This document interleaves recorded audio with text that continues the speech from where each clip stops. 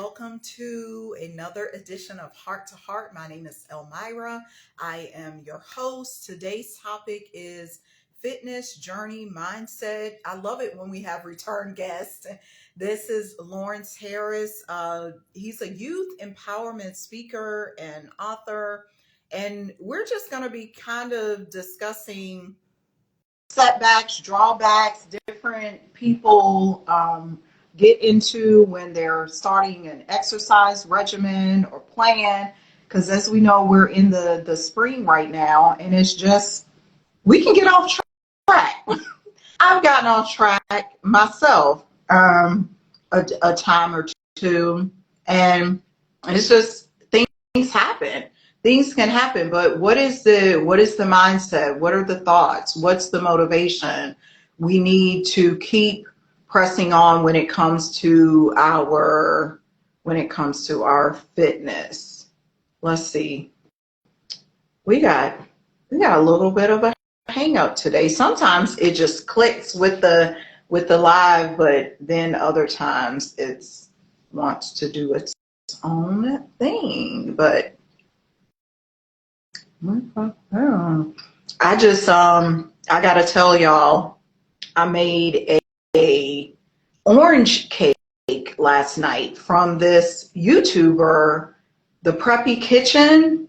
He Hello. he is amazing. Okay, we're here. Yay. I was just telling people about my orange cake I made last night, and it was like super orange. Glad to hear. I mean, orange cake. I'm not sure if I've ever had like an orange cake. I've had like carrot cake. It's kind of similar, but it's if you do you like oranges? Yeah. You would enjoy it because he has you like with the recipe, you put the orange zest, which is like scraping the peeling and plus orange juice inside. So it's flavorful and I think it's nutritious too, just because it's oranges. So yeah. Well, that kind of falls in line with what we're speaking on today, fitness and nutrition and all of Yeah. this stuff. How did you, because I know it's a big thing in your life. Like you do fitness all the time. You Yeah. live fitness. You just don't talk about it. I'm always seeing you going to the gym and you're saying, I'm about to do this, and you stay motivated. How did you even start going to the gym or going to work out? So for me, it began as like just a way of releasing stress. Because I remember I was 13 and I was in my backyard and I was like so angry. Those angry workouts are some of the best ones you'll ever have. 'Cause I was stressed out because I was going through this stuff with my dad, and I'm trying to figure out the whole process of growing up and becoming a man, and I was just so mad. And I got this weight set because maybe I can get this anger out of me in a productive way. Mm-hmm. And that's how a lot of people get into the gym, especially men. It starts out as either they went through something bad, someone broke their heart, or they just want to look attractive. And going to the gym, weight sets, going for a run, it'll help with all of those. And then the motivation aspect, it's at a certain point, it doesn't become motivation. It becomes this is just a part of my life. Hmm. How long do you think it takes to get there where it's like incorporated into your life? Um, I would say if you deliberately find ways to incorporate it, you can get it incorporated within a month. Because here's how I do it. The gym I go to is near my office. So I'm inside of my office room right now, actually. So I wake up, I get on the train, I go to the gym, which is next to a train station. Then I get back on the train after my workout, and the train drops me off next to my office. So it's so convenient. Or another way I used to do it before I was going to the gym physically, I would sit weights in front of my door. In order to get out of my bedroom, I had to pick up these weights. And Now that's I had them in my hand, so I might as well start working out. So just making it as convenient as possible to start exercising and start getting mindful of your health. Because if you start reading ingredient labels, you'll start making a lot of healthier choices very fast because you'll start thinking to yourself, what in the world is high fructose corn syrup? And then you start yeah. looking into the health effects of that, and you're like, hold up. No wonder I always have brain fog. Then it leads you into habits such as learning what your body needs. Because often when it comes to fitness, people give advice that is so blanket, like such a blanket statement, like don't eat carbs. Here's the thing though, carbohydrates are what allows your body to have energy. Mm-hmm. However, in order to get energy from food, your body must digest it. And digesting food is one of the most energy intense processes it does, which is why after you eat a big meal, you fall asleep because your body is taking all the energy from up here and moving it down to your gut in order to process the food. And then, you get more mindful of the habits you have, such as what am I putting in? What am I putting out? What am I doing to my mind? What am I doing to my body? Because they're interconnected. A good body leads to a good mind. A good mind leads to a good body.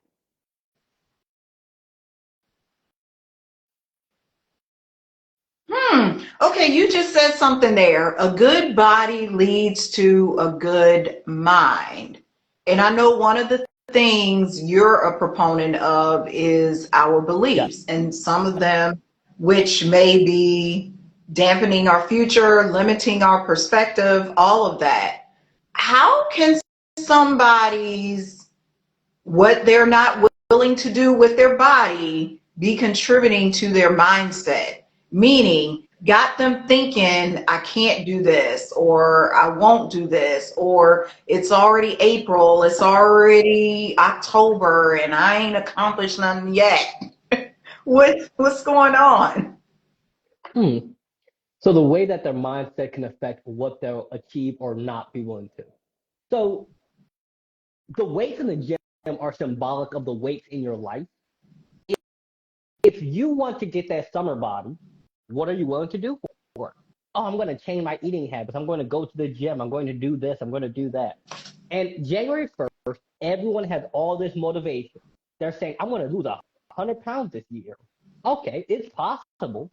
If you wanted to lose 100 pounds in a year, all you need to do is lose about, 100 pounds. You'd have to lose about, less than 10 pounds a month. Mm-hmm. It's Around very that. easy to lose. It's very easy to lose 10 pounds a month. Very easy. However, oh, I gotta go to the gym. I have to get a gym membership. I have to put on my gym clothes. I have to lift these weights. I have to run. I have to do this. I have to do that. No, I don't want to do all of that. I'm just gonna take these weight loss pills. So when we're trying to shortcut it, when we're trying to take the fast route, that's going to spill over into other things. Like, I want to be a millionaire. Okay, what are you going to do for it? I'm going to invest in Bitcoin. Now, when the stock market crashes, well, what are you going to do? Oh, I'm going to start this amazing business idea. Okay, are you willing to learn about advertising, marketing, product distribution, product creation, website building, customer acquisition, handling clients, hiring people? Because when you first start a business, you're all of that. You're the CEO, you're the photographer, you're the product designer, you're the advertising, you Boy handle is. complaints, you send the emails, You handle the bills. You do all of it. So if you're not willing to take care of your body, which is the vessel that you go through life with, you're not going to be able to get that far, or you're going to be a lot less far than you could have been, because I don't feel like going to the gym for an hour.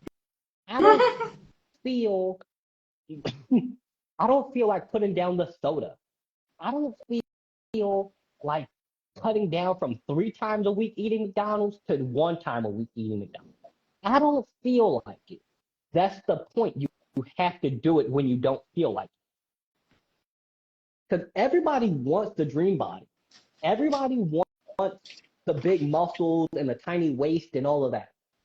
But not everyone's willing to do it, which is why it's so important that you push yourself to do it when you don't feel like it. Yeah, because there's this assumption that people are working out or going to the gym or running in 5 a.m. because they really love it.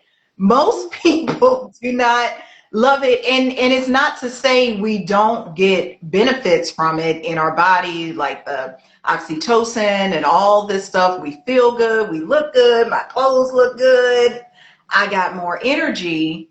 But yes, it is a sacrifice. It Yeah. is a sacrifice. And to your point too, Lawrence, I was listening to this finance guru this morning, and he was talking about investments and being willing to wait 10 years to see some of your investments pay off. He was Yeah. like, you got to make the commitment. Yeah. The thing about that you just brought up with the 5 a.m. workouts is I often say that people are either running towards the life they want or they're running away from the life that they hate. So Hmm. the biggest cause of early death, all of them, obesity, heart disease, organ failure, some forms of cancer. Obviously, I'm not a medical professional, but the research is out there that proves what I'm about to say. The single best way to prevent memory loss, early death, organ failure, bone issues, and joint pain is workout. Single best thing. Single best thing. It's good for your brain. It's good for your body. It's good for your habits. It's good for socializing. It's good for everything. Workout. I'm not saying you need to go become a bodybuilder or hit the weights. I'm just saying you can go swim, you can do yoga, you can run, you can hike, you can do weightlifting, you can do CrossFit, you can do pull-ups and push-ups. There's no particular way. You just got to stay in shape. Because imagine you're 55 and your grandson wants to play football, but you have insane joint pain. We could have prevented this with a 30-minute run when you were 20 years old. Or the doctor comes in and they say, hey, I got some terrible news for you. You got 2 years left to live. We could have fixed that by going to the gym. We could have prevented the whole problem with a 1 hour workout 3 times a week. You don't have to go 5 hours a day. You don't have to wake up at 2 a.m. and go run outside like David Goggins. You don't need to do no crazy diet where you eliminate every single thing. You just have to do something that keeps you in good shape. Because once one area of life starts slipping up, you start to notice it in other areas. And before you know it, it's this snowball effect. 1 pound isn't a problem. 5 pounds isn't a problem. But 5 turns to 10, 10 turns to 20, 20 turns to 40, and now you're trying to lose 100 pounds instead of just maintaining what you already had. How do you, because what you're speaking about is, we said sacrifice. You got to make some type of sacrifice. But you're also saying not to just be motivated because you have an illness now, or you Yeah, got diagnosed with cancer or diabetes. We should be motivated. And again, this goes back to something you said earlier, running away from a life you don't want. yeah. It's like, Um, do you want? so to me, we got to be motivated just to keep our body moving, Yes. not, oh, because I don't want to get sick, let me work out. Why do you think a great number of the population is only motivated by the sickness, the fear of getting sick, or the fear of not being able to play with the grandson and they're 55 years old? Why are we motivated by that or not just, I want to feel good? Well, our brains are naturally wired to have this thing called a negativity bias. So things that hurt are what keeps you from things that hurt. Your brain thinks is going to kill you because we have the same brain as we did when we were running around in caves and we're trying to not die from getting eaten by a lion. So if you tell somebody, hey, I'm going to help you get better, they're a lot less motivated than if you were to say, do you want to die of diabetes?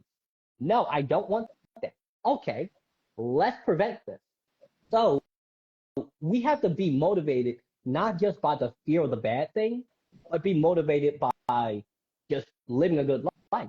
And the reason why most people are motivated by the fear aspect and not just the let me live a good life aspect is because it's really easy to not go to the gym. It's really easy to not do what you need to do because in the short term, there's no downside. In the short term, you can eat the burger. In the short term, you can go party with the friends. In the short term, you can do all the bad habits. However, let's look at it next year. Let's look at it 2 years from now. And the things that you refuse to do now are going to be what you need to fix later. Or we can fix it now so you don't need to fix it later. Yeah, but it's like it's like you're saying, but I don't want to fix it now because I want to eat my burgers. I Yeah. want to sit on the couch. I want to watch my Netflix. I don't want to. I Well, don't want to go to the hour for the gym. I don't want to lift weights. I can only lift 5 pounds, and I'm at the gym and I see everybody else. They're lifting 100 pounds and they're doing all these fancy moves. well, the What's so? thing with it is because the entire point of going to the gym on a consistent basis is to make you, it will condition you to start doing what you need to do, even when you don't want to do it. There are so many times when I wake up and I'm like, I don't want to, but I must, Mm, so I do. Think of it like this. I don't want to go to this job that I hate. Do I want to be homeless? No. So even though I don't want to, I do what I must. If you had a child, like let's say a 1 year old baby, I don't want to get out of bed and change their diaper, but I must, so I do. I don't want to go to the gym when I can only lift 5 pounds because everyone else is lifting these high amounts of weight, but I want to get that summer body, so I must do what I must do, even if I don't feel like it. And then that transfers into other things, such as I don't want to go spend 6 months getting certified in this course so that I can become this career I want, but I must, so I do. And the bigger point of going to the gym isn't about the body. It's not about that. That's just a great benefit. It's about the effect this will have on every other area of life. If you look at anyone who is hyper successful at anything, one of the main things they have in common is fitness. Not to say they're agree. bodybuilders, not to say they're in incredible shape or they're going to win any kind of competition, but they have some sort of fitness regimen and they take their Mhm. health very seriously, especially people who are entrepreneurs. So think about have you ever heard of Oz Hormozy? Yeah. Hmm. Yeah, He's the his marketing yeah, guy. Yeah. and he makes hundreds of millions of dollars. And the guy always talks about go to the gym; it will change your life. Or we can look at people such as Arnold Schwarzenegger. He is the gym guy, but he also became a politician. True. We can look at people like Jeff, even Jeff Bezos. Recently, he's been getting into the gym because he realized, hey, I got to take care of my body. So we have one guy who does marketing and YouTube and all that. We have another guy who is a mega billionaire. And we have other people who are creative. We have people who own their own restaurants. We have people who own gyms. We have people of all shapes, colors, sizes, and creeds who are hyper successful. And the one thing they've all got in common is fitness. Because a good body breeds a good mind. A good mind breeds a good body. And it's a spiral that goes up and up, or it goes down and down. Because your body sends chemicals to your brain that makes you feel certain ways. One of them is cortisol. So cortisol in men, it decreases the amount of testosterone. Testosterone is what causes men to want to go out and do hard stuff. It literally makes hard stuff feel good. This is why Mm-hmm. hundreds of years ago, men would just get up one day and be like, I feel like sailing across the entire ocean to find some new land, take over a country, pillage everything. Not to say that this was good of them to do, but at the time, had they not done that, we wouldn't have things like new inventions and yachts and oceans and fishing and all these great things. It's the chemical that makes men want to do hard stuff. And at the same time, cortisol increases things like adrenaline. Adrenaline makes you panic. So the more unhealthy someone's body becomes, the more susceptible they are to panic, lack of ambition, refusal to do hard things, fear, increased weight gain, because when your body increases in cortisol, your brain thinks that it's about to die. And one of its main ways to keep you alive is to pack on the calories. So it slows down your organs. It slows down the entire speed your body runs at, because back when we lived in caves, when you were in panic mode, that meant there was no food to go around. And when there's no food to go around, your brain makes your entire body slow down so that you don't starve to death. But in our modern day, this is where things like going and trying to get very high amounts of sugar. So sodas, chips, all that processed food. So the more that we take care of our body, the more our brain will work better. It's so simple, but I could give you the science on, I can give you the terminology. Just go out there and look at it. You will find the evidence that a good brain and a good body go hand in hand. Yeah, yeah, you're bringing up something like, and this is coming to mind because last night I watched this documentary on phone addiction, like digital addiction, and I find that can be one of the things that prevents people from getting on with their fitness or carving out time for exercise, because it's like, I got to be on Instagram, I got to be on Facebook, I got to be on TikTok. I don't have no time. But if we really analyze our time and what we are using it for, we may find we can cut out some of the time we spend on social media, YouTube, that friend you really don't like to talk to or whatever. How can somebody start to gain the mindset to cut out the things that are not serving them and to put in exercise, fitness? So what I used to do is few years back, I had a really bad habit of playing video games for like long periods of time. We're talking like 8 hours straight. What What? I Yeah, well, it was COVID, so we were doing school at home, so on the laptops, and it's not like you need to go anywhere because everything's shut down. You have nothing to do. Mm-hmm. And I was 13, so it's like, what else is a 13-year-old going to do locked inside the house 24 hours a day? What I started to do was write down everything you do in a day. Not every single itty bitty tiny thing, but the most important things. Like, I wake up, I brush my teeth, I eat, I go to school, I come home, I do my homework, I eat dinner. These are the major things. Now, 24 hours in a day, let's assume you sleep 8 of that.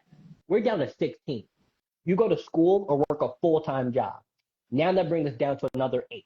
Half an hour to get to and from work, that brings us 7 hours. Now, with that 7 hours, you also need to eat, go to the bathroom. Let's say you got 5 hours.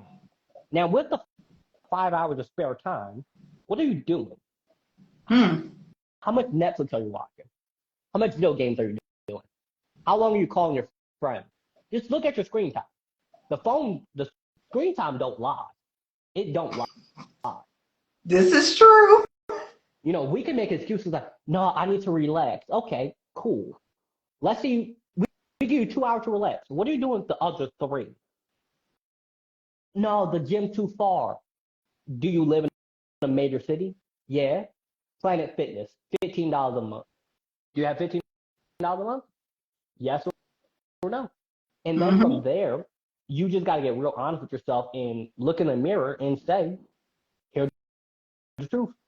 So when you need to carve out that time, if you genuinely don't have time to go to the gym, like let's say you've got 5 kids, a job, like actually no time, get a weight set at home. Oh, that's my friend in the comment. Yeah, get a weight set at home, get a treadmill at home, get one of those like Amazon workout kits, and get busy. Because you might not be able to go to the gym for an hour a day. You got 30 minutes though. I don't have 30 minutes to go to the gym because I got to pick up my kids. You have a treadmill at home. I don't have money for a treadmill. $50 workout selling on Amazon. Run laps around the block.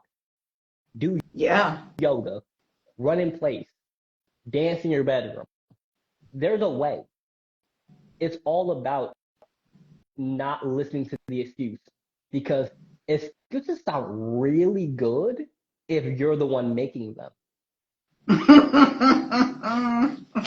True. Yeah. And sometimes the excuse actually makes sense. Like, I can't go to the gym because I have kids. That makes sense. You got to feed the kids. You got to wash the kids. You got to cook for the kids. You got to do all this stuff. Makes sense. However, if you don't have kids and you're not in a position where you have to pay a mortgage or something, you have no excuse, especially not during summer. If you're in high school, Planet Fitness gives out free memberships to high school students.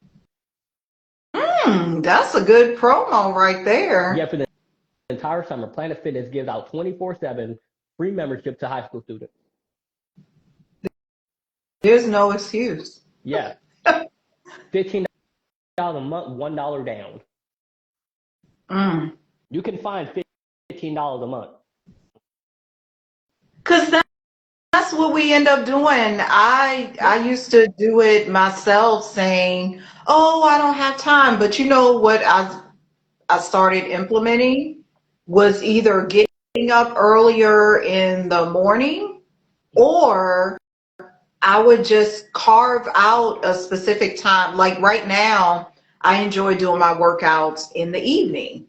Like I'll do something in the morning, but if it's like strength training or going for a walk, whatever I decide to do, I do it in the evening. And it's because I've grown accustomed now to doing the workout, and it's gotten to the point I can't not do my workout. Yeah. Like if I don't move, if I don't do something, I feel weird. Yeah, That's part of it. Your brain likes repetition.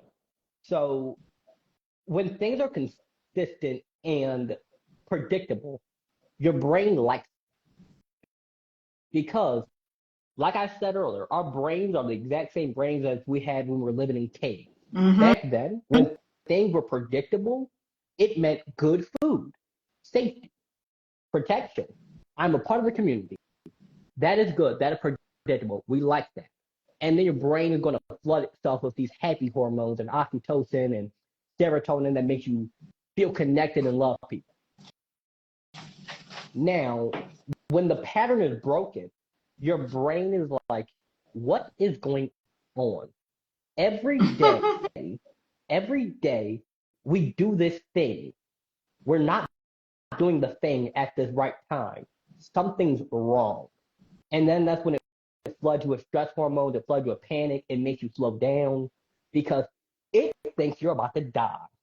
Your brain only has two modes: happy, love, sweet, kind, everything's great, or I'm about to die.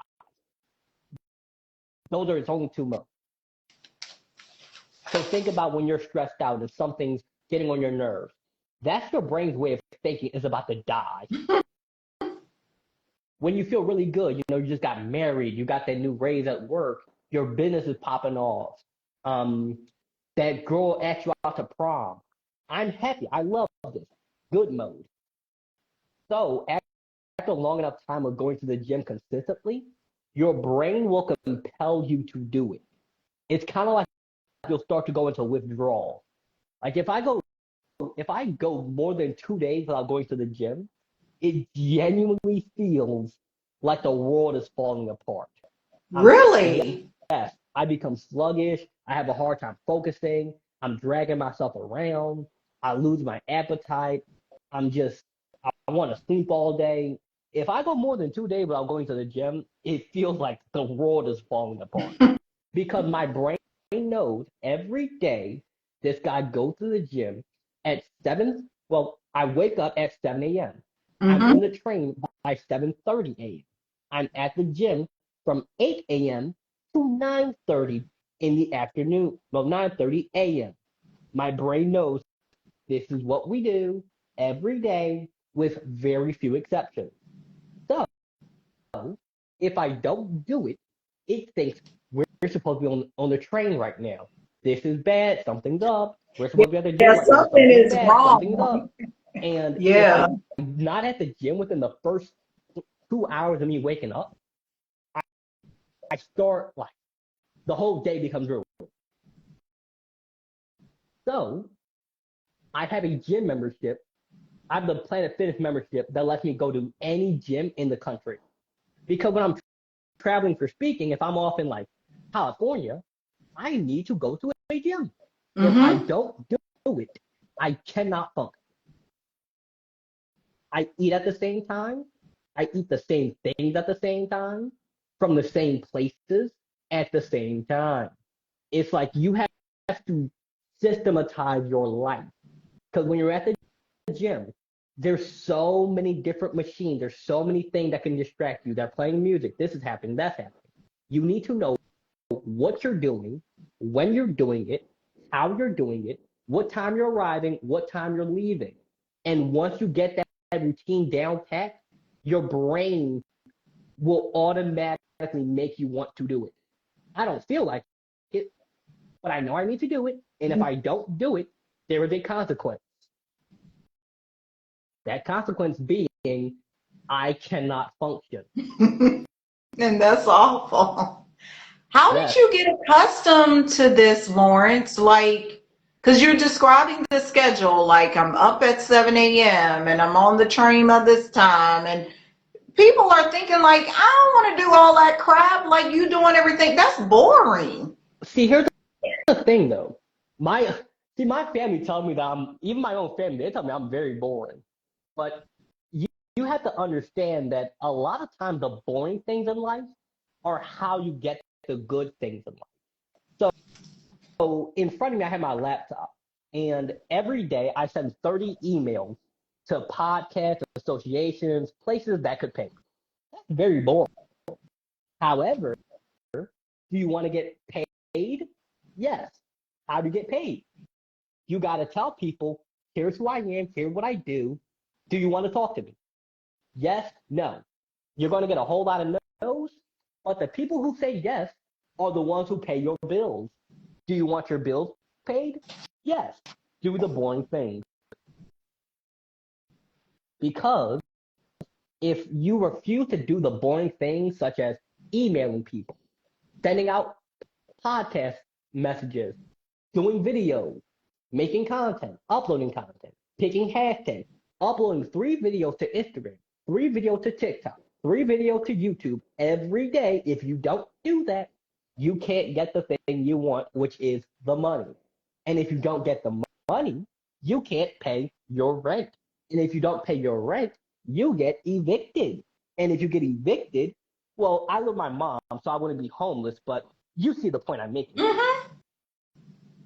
And having a good routine for the gym, especially doing it when you don't feel like it, that's the point. Do it when you don't feel like it, because that's how you build consistency and knowing that I can do the hard thing when I don't feel like it. Because the easy option is sit at home, eat an entire pizza, drink a 2-liter of soda. That's the easy option. It's really fun. It's really enjoyable. You know, you In the can put on some moment. Netflix. Yeah, you know, you can put on some Netflix. You can really just enjoy yourself. However, after you're done all of that, your brain's going to tell you, okay, so you do realize that you just ate about 5 days worth of calories, and True. that soda has no nutritional value, and all that pizza, yeah, it's gonna mess up your gut. Yeah, you will have This is gas how for my days. yeah, like after you get into the routine of it, your own mind will start to point this out to you, where you'll become aware of, I want a cookie. I really, really, really want a cookie. However, if I eat this cookie, I'm going to have to burn off that energy. What's Mm-hmm. inside of this cookie? All of these 50 different chemicals. Do I want to eat these 50 different chemicals? No, I do not. So even though I really want this cookie, I can't get it because I know what's going to come. Because have you ever just eaten one cookie? No, I just had 2 pieces of that cake I was telling you about. So Yeah, I'm it's like just, it's that it's orange like cake. yeah. So Once you get the ball rolling, the ball's going to keep rolling until you stop it, and it builds up momentum. So you have to decide: do you want momentum going upward, or do you want momentum going downward? And nobody's perfect.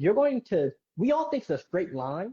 It's more like this. It's more mm-hmm. like a spiky line, but overall the trajectory goes up. It's like the stock market. Overall, the trajectory over a long enough span of time goes up. You're going to have dips. You're going to have time when you fall in and you're going back to the bad habit and you're eating the cookie and you're sitting in bed eating the pizza. Okay, it's going to happen from time to time. But over the long span, are you going up or are you going down? Because the further down you go, the harder it will be to become neutral. The higher you go, the harder it'll be to bring you down. What And do then, yeah, that's seeing how it goes and being up and down is good to recognize. yes. And, and then, a lot of people who have like anger issues, like they have a really hard time controlling their anger, I tell them, go to the gym, and after a year, you're going to stop having anger issues. Mm. Because now you're aware that I'm a lot stronger than I used to be. If I go back into my anger habit, I'm going to hit somebody. They're going to get knocked out. They're going to bust their head on the concrete. I'm going to jail for first-degree murder. I don't want that. We do not want that. Yes. No. So like learning to control yourself, learning to control your body, you learn to control your mind, which then ultimately leads to better control of your life. Hmm. And that all comes from going to the gym. And I can Yeah. say it's so true because I did this workout the other day. They had me doing some crazy stuff, and it was just on YouTube. I used to have a personal trainer years ago, which I spent like $150 a month and all the great things. I was going 3 times a week. But the workout I did the other day tested me.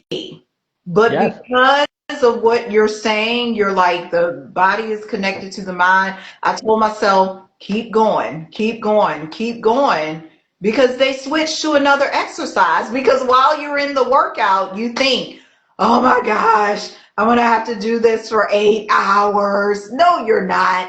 It's like Yes. 20 reps or 10 reps or whatever it is. It's going to end and then you can go to something different. Yeah. And so the whole time, that's how I was. But let me tell you, I felt the benefits. Number one, I just felt good after the routine. And then the next day, I could feel it in particular muscles. I was like, Yes. ooh, that feels amazing. Yes. Your brain will make you like doing hard things if you do the hard thing when you don't feel like it. Or at least you'll learn how to tolerate it. It's like getting into a pool of water. It's really, really cold at first, but once you get in there, after enough time, you get used to it and you just tolerate it. And you want to stay Mm-hmm. in there longer because you're like, wow, this water feels so nice. It's so calming. It's so great. But when you first got in, you were shivering. So when you're going to the gym, it's like, I don't want to go through the effort of lifting this weight. But once you do it, you're like, oh, this feels really nice. I've actually began recently training my uncle. Like we'll go to the gym together. And at first he was saying like, man, this is really heavy. Now he really wants to go Hmm. because you make it fun. You incentivize it. Like this is a habit that I learned a while back. If you do a really hard thing and then you give yourself a hyper specific reward after it, your brain will make you want to do the hard thing to get the reward. So it's kind of funny to say this, but this is actually the process of how addictions form. You do a thing, you get a really good feeling. Your brain wants that really good feeling, so you keep doing the thing. And if you stop doing the thing, you get withdrawal. Yeah. So you can compel yourself into doing hard things by giving yourself a specific reward. Like, let's say you really like cookies, like a specific brand of cookies, though. You really like double stuffed Oreos. If you Why you got to bring the only, Oreos into yeah, it? if you only, and the only way for this to work is for it to be specific. Like if the only time you get to eat double stuffed Oreos is after a workout, you're gonna start working out a whole lot more because now your brain is like, I really love this good feeling, but the only way to get it is by doing this one thing. If you really want to, it's like those people online who say they work 12 hours a day. I used to not believe it. I used to be like, man, you're just lying. You're just saying that for the camera. No, I've met some of them. They actually did it because they learned how to make themselves addicted to working. They give Hmm. themselves a reward for working. And the reward for working is more work. So they want more work, so they have to do work in order to get the work. And this is where they'll do things that seem extreme. Like, Like let's say what? you, like, okay, here's one from my life. I cut out family meetings because I'm like, this is not good for the long term. We all got family members who, we care about them, but they've routinely shown themselves to be a bad influence on our life. But no, that's my uncle, that's my cousin, that's my brother, that's my sister, that's my dad, that's my family. Okay. Um, are they good for the long term? No. They gotta go then. It's gonna hurt. You're gonna cry.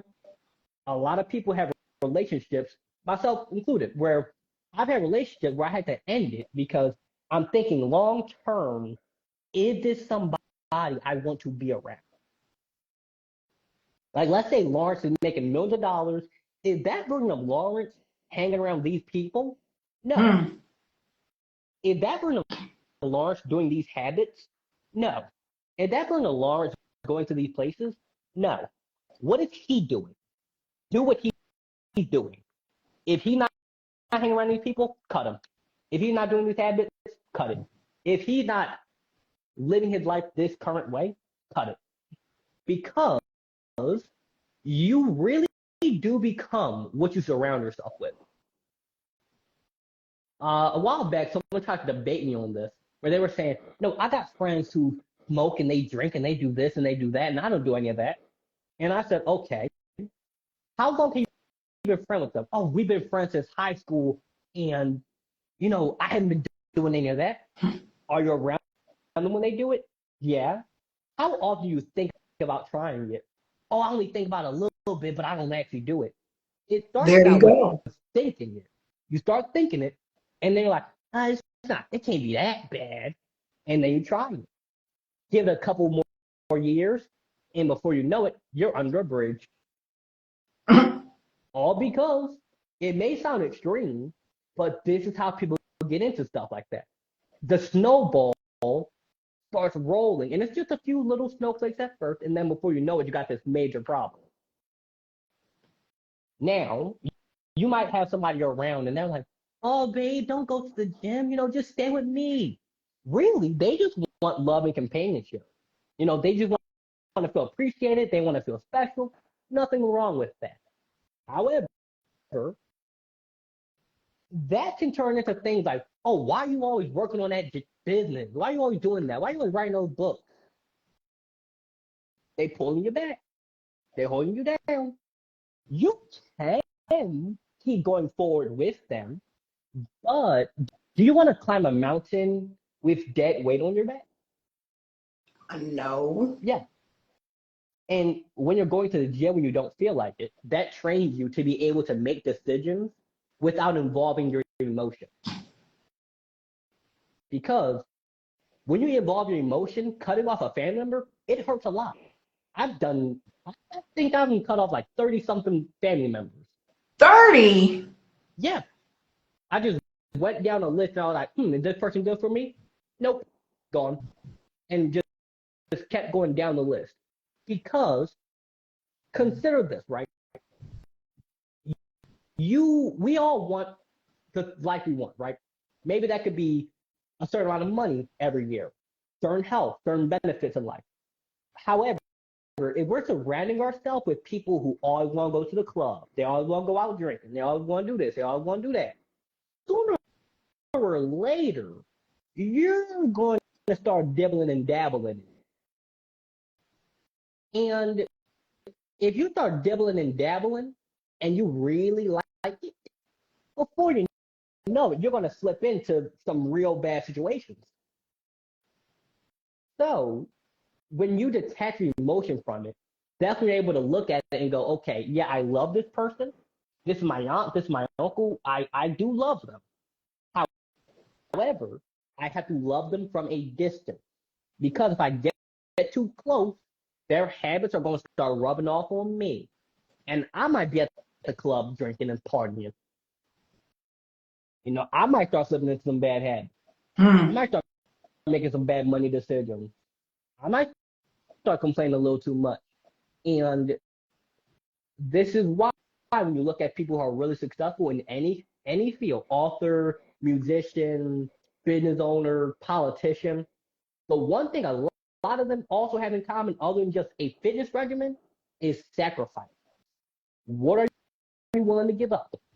Are you willing to give up family? Are you willing to give up friends? Are you willing to give up relationships? are you willing to give up investing certain money into that business idea? What are you willing to give up? Because the amount you're willing to sacrifice and give is the amount you're willing to get. You can't get it for free. Something's got to go. It might be that toxic relationship. It might be that family member who always complaining. It might be that best friend from high school. It might be changing your habits. It might be quitting drinking. It might be quitting smoking. What are you willing to give up? Because in my life, I've given up family. I've given up friends. I've given up relationships. I've given up time, money, attention. I've given up so many things in order to be where I am today. Because, yeah, I could have gone out and, party when I was younger, which is weird to say because I'm 19. But, You said, yeah, I could have, I could have done a whole lot of things. But the only reason I didn't was because I knew when I like something, I like it a lot. Like, no, yeah, when I like something, I like it a lot. So let's say, I went down the usual teenage route of, underage drinking, and you end up getting a DUI and the cop slaps on the wrist and they're like, oh, they're just a stupid teenager. Let me just let them off the hook. If I would have done that, if I would have liked it, I would have really liked it. Like, I'm aware that when I like something, it becomes like hyperly compulsive. So, yeah, you for me, consume it. Like, yeah, if I don't go to the gym often enough, I actually have withdrawal symptoms. If I don't go fishing enough, I start getting withdrawal symptoms. So if I were to end up drinking alcohol or something, I'd become an alcoholic like that. It would be immediate. There's not a build-up process for me. It's immediate. And for some people, what we need to do is swap what we're doing now in order to have the habits and lifestyle that we want. So that resilience aspect of doing it when you don't feel like it, that's the key part of going to the gym. Because if you only do stuff when you feel like it, you're not going to do what you need to do because I don't feel like it. Do you feel like being homeless? No. Go to that job. yeah.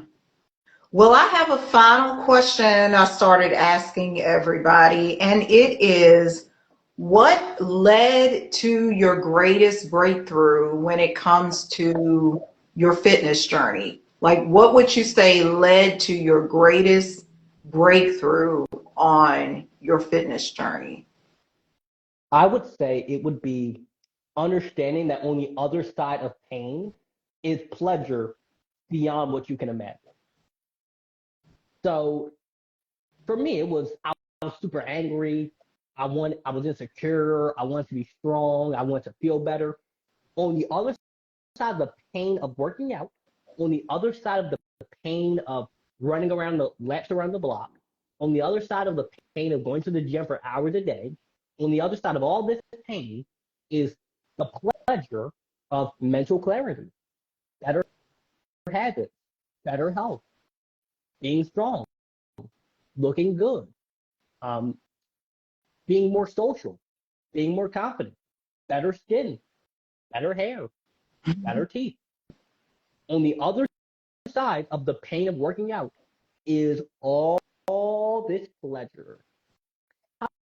However, in order to get the pleasure, you need to go through the pain. And if you don't go through the pain, you can't get the pleasure. You can only get these little pieces of it. Because the pleasure is better health.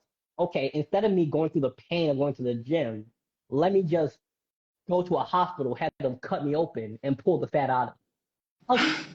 Okay, but if you stay living the same way, you're just going to end up in the same position again. So you just wasted $20,000. Instead, you could have just went to the gym. No, but that's too hard. I don't want to do all that. That's too complicated. It's not It's complicated not. whatsoever. Burn Mm-mm. calories, eat less calories, lose weight, be healthy. That's the formula. Yeah, Everything that's like, four things. yeah, everything like that. Oh, you got to do this no carb, no meat, air diet. You got to do all these complex things. No, eat less than you burn. Your body will burn fat. You will lose weight. That's the formula. It Mm-hmm. applies to everyone. Unless you're one of those snowflake cases where you have some like medical condition or you're on medicine that causes intense weight gain and super slow metabolism, the formula is burn calories, eat less calories, lose weight. So to put that all into one concise piece, the thing that led to my biggest breakthrough was understanding that on the other side of the pain that you don't want to go through is the pleasure that you want. You Mm-hmm. can't get the pleasure without going through the pain.